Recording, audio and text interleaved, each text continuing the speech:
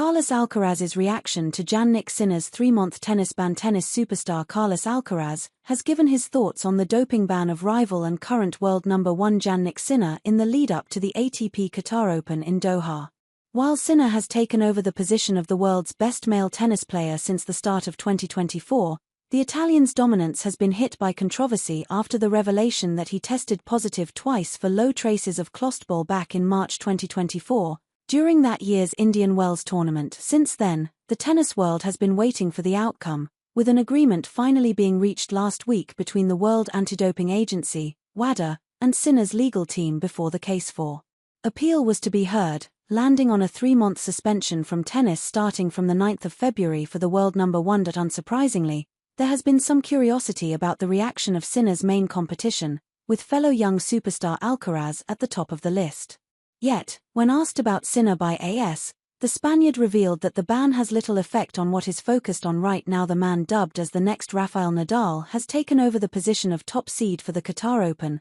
and retains his status as the favorite for the French Open, where he won last year on a clay surface that suits his exciting playing style the best. The explanation surrounding the Sinner doping case was that it was the result of an accidental exposure caused by the Italian's former physio, Giacomo Naldi, who was giving his compatriot a massage not long after having treated a cut on his finger with a spray that contained clostebol. This explanation was accepted by an independent tribunal handling as Sinner was believed to have no fault in the event and cleared of any cheating intention. WADA appealed the decision to the Court of Arbitration for Sport in September 2024, calling for a minimum 12-month ban for the Italian. The trial with the appeal was set to be handled in April before the agreement for 3 months was reached. The result of the 3-month ban means that not only has Sinner been forced to skip the Qatar Open, but he will also miss almost all tournaments in the lead-up to the French Grand Slam, which will hamper his match readiness for the biggest clay court tournament of the year.